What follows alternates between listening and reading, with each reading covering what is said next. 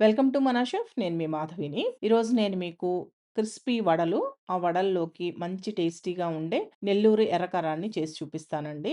వడలు ఒక్కసారి నేను చెప్పినట్లు ట్రై చేశారంటే పర్ఫెక్ట్‌గా మంచి క్రిస్పీగా, లోపల ఫ్లఫీగా చాలా బాగా వస్తాయండి. వీటిల్లోకి ఎర్రకారం కాంబినేషన్ సూపర్ ఉంటుంది. మీరు కూడా వడలు చేసినప్పుడు ఒక్కసారి ఈ ఎర్రకారాన్ని ట్రై చేయండి. ఈ రెండిటి కాంబినేషన్ చాలా బావుంటుంది. వడలు చూడండి నేను తుంచితేనే మీకు అర్థమవుతుంది గదూ! ఎంత బాగా వచ్చాయో పైన క్రిస్పీగా, లోపల ఫ్లఫీగా చాలా బాగొస్తాయండి. చిన్న చిన్న టిప్స్‌తో సహా క్లియర్‌గా చెప్పాను. ఒకసారి వీడియోని పూర్తిగా చూసి మీరు ఇంట్లో ట్రై చేసి ఎంజాయ్ చేయండి. మరి రండి చూపిస్తాను ఎలా చేయాలో.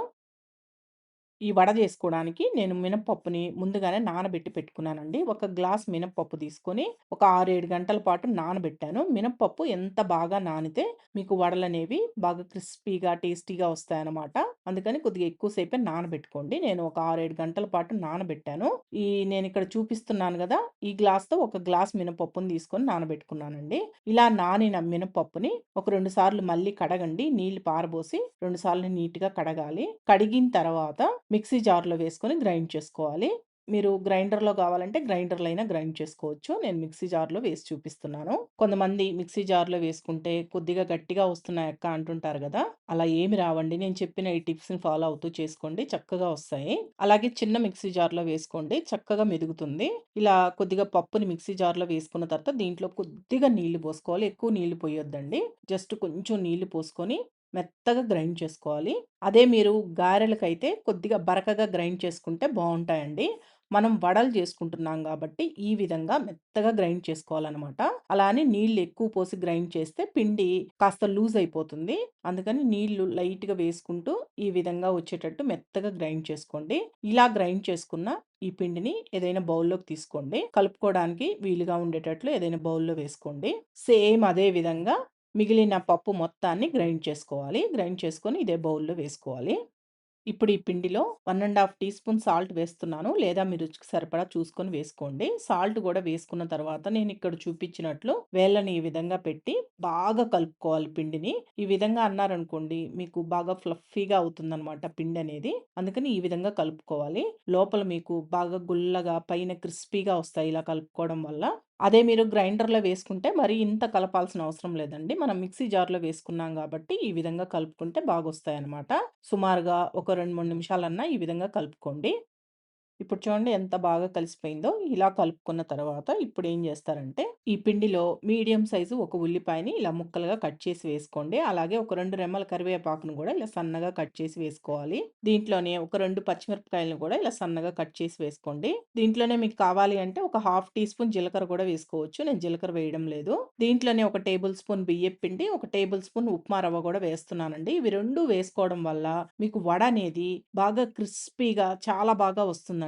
ఒకవేళ మీకివి వద్దు అనుకుంటే డైరెక్ట్‌గా మినప్పిండితోనే వడలు వేసుకోవచ్చు. ఒక్కసారి ఇవి కూడా వేసి చూడండి. చాలా బాగా వస్తాయి వడలు. అలాగే ఒకవేళ పిండి మీకు కాస్త లూజ్ అయిందనుకోండి, అలాంటప్పుడు గూడా కొద్దిగా బియ్యపు పిండి, ఉప్మా రవ్వ వేస్తే గూడా కొద్దిగా పిండి గట్టిపడి వడలు చాలా బాగా వస్తాయన్నమాట.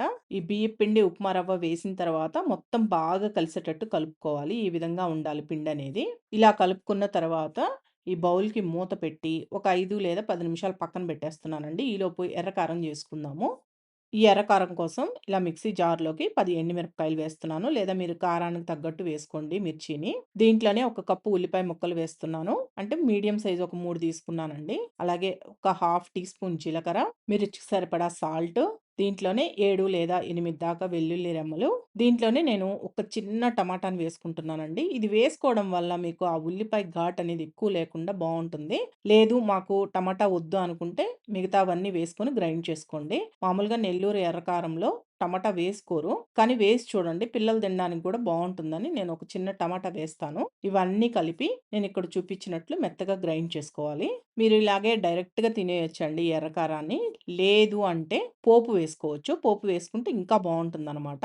నేనైతే వడల్లోకి చేసేటప్పుడు ఖచ్చితంగా పోపు వేస్తాను. ఈ పోపు కోసంగా ఇలా పాన్‌లో ఒక టేబుల్ స్పూన్ ఆయిల్ వేసుకొని, ఈ ఆయిల్ కాగిన తర్వాత దీంట్లో ఒక పావు టీ స్పూన్ ఆవాలు, పావు టీ స్పూన్ జీలకర్ర, ఒక హాఫ్ టీ స్పూన్ దాకా మినపప్పు, శనగపప్పు కలిపి వేసుకొని పోపు దినుసుల్ని వేయించుకోండి. ఆవాలు చిటపటలాడేంత వరకు వేగాలి.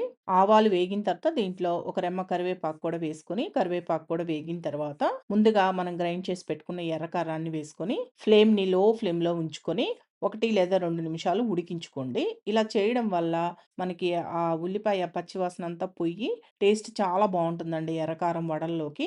ఈ వడల్లోకనే కాదు, ఈ ఎర్రకారాన్ని మీరు నెయ్యి కారం దోసకి దోస పైన వేసుకోవచ్చు. అలాగే బోండాల్లో తినొచ్చు, గారెల్లో తినొచ్చు, అలసంద వడల్లో తినొచ్చు. ఇలా దేంట్లో తిన్నా చాలా బావుంటుంది ఈ ఎర్రకారం అనేది. ఇలా ఒక నిమిషం పాటు కలుపుకొని స్టవ్ ఆఫ్ చేసేసుకోండి. స్టవ్ ఆఫ్ చేసిన తర్వాత ఎర్రకారాన్ని పక్కన పెట్టేసుకోండి. ఇప్పుడు బాండిల్లో డీప్ ఫ్రైకి సరిపడా ఆయిల్ పోసుకొని, ఈ ఆయిల్ కాగిందా లేదా అని ఇలా కొద్దిగా పిండిని వేస్తే పిండి పైకొచ్చింది గదా! ఈ విధంగా ఉంటే ఆయిల్ కరెక్ట్‌గా కాగిందని. ఇలా కాగిన తర్వాత ఇప్పుడేం జేస్తారంటే, చేతిని నీళ్ళల్లో తడుపుకొని, నేనిక్కడ చూపించినట్లు కొద్దిగా పిండిని తీసుకొని, ఇలా రౌండ్‌గా చేసి మధ్యలో ఇలా నొక్కండి. చూడండి వడ షేప్ వచ్చేసింది గదా! ఈ విధంగా వచ్చిన వడని ఆయిల్‌లో వేసుకోండి. సేమ్ ఇదే విధంగా మీకు ఆయిల్‌కి సరిపడినన్ని వడలు వేసుకొని వేయించుకోవాలి. మరి ఆయిలు ఓవర్ హీట్ ఉండకూడదండి. కొద్దిగా వేడెక్కిన తర్వాత వడలు వేసుకుంటే సరిపోతుంది. అలాగే ఫ్లేమ్‌ని మీడియం ఫ్లేమ్‌లో పెట్టి వేయించుకోండి. బాగా వేగుతాయి. అలాగే పిండిని మీరు కాస్త లూజ్‌గా కలిపి కానీ వడలు వేసుకుంటే ఆయిల్ ఎక్కువగా లాగేస్తాయండి. ఆయిల్ ఎక్కువగా లాగకుండా ఉండాలి అంటే పిండి కరెక్ట్‌గా ఉండేటట్టు చూసుకోవాలి. మరి ఎక్కువ గట్టిగా కలిపేసినా గానీ గట్టిగా అయిపోతాయి వడలు. అందుకని పిండిని కలుపుకునేటప్పుడే మీరు చూసుకొని మరీ గట్టిగా లేకుండా, మరీ ఎక్కువ లూజ్‌గా లేకుండా కలుపుకోండి. చక్కగా వస్తాయి. అలాగే వడలు మెత్తగా బాగా రావాలి అని జెప్పి కొద్దిగా వంట సోడా గాని కలిపారనుకోండి, ఒక్కొక్కసారి పేలినట్టొస్తాయండి వడలనేవి. అందుకని వంట సోడా వేసుకోవద్దు. పిండిని కలుపుకునేటప్పుడే బాగా కలుపుకొని వేసుకుంటే చక్కగా వస్తాయి. నేను చెప్పినట్లు ట్రై చేయండి. మీకు చాలా బాగా వస్తాయి. ఈ కలరొస్తే సరిపోతుందండి. ఈ కలరొచ్చిన తర్వాత వడలన్నింటిని ఆయిల్‌లో నుంచి తీసేసి ఏదైనా గిన్నెలో వేసుకొని సేమ్ ఇదే విధంగా మళ్ళీ ఆయిల్‌లో వడలు వేసుకొని వేయించుకోండి. సెకండ్ టైమ్ మీరు వడలు వేసుకునేటప్పుడు ఆయిల్ మరి బాగా వేడెక్కుంటుంది గాబట్టి కొద్దిగా ఆ వేడిని తగ్గించేసి అంటే ఫ్లేమ్‌ని కొద్దిగా తగ్గిచ్చేసి వడలు వేసుకోండి. చక్కగా వస్తాయి. మీకు చూయించడం కోసం నేను ఒక 2 వాయిల వడలను మాత్రమే వేసుకున్నానండి. కొద్దిగా పిండి మిగిలింది. ఆ పిండిని ఫ్రిడ్జ్‌లో పెట్టుకొని మళ్ళీ వడలు వేసుకోవచ్చు. ఫ్రిడ్జ్‌లో పెట్టి తీసిన వెంటనే వడలు వేయకూడదండి. ఒక 1 అవర్ తీసి పక్కన పెట్టేసి తర్వాత వడలు వేసుకుంటే సేమ్ ఇదే విధంగా ఆయిల్ పీల్చుకోకుండా బాగా వస్తాయి వడలు. నేను ఒక వడని తుంచి చూపిస్తాను చూడండి. పైన క్రిస్పీగా ఉంటుంది. లోపల ఫ్లఫీగా ఎంత వచ్చిందో. వీటిల్ని వేడి వేడిగా ఈ ఎర్రకారంతో తింటే చాలా బావుంటాయండి. తప్పకుండా మీరు కూడా ట్రై చేయండి. ఒకవేళ ఎర్రకారం మీకు నచ్చలేదు అనుకుంటే వీటిల్ని సాంబార్‌తో తినొచ్చు, కొబ్బరి చట్నీతో మీకు నచ్చిన చట్నీతో అయినా తినొచ్చండి. ఒక్కసారి ట్రై చేయండి. ఈ వీడియో మీకు నచ్చితే మన షెఫ్ ఛానెల్‌ని సబ్స్క్రైబ్ చేసుకోండి. లైక్ చేయండి, షేర్ చేయండి, కామెంట్ చేయండి.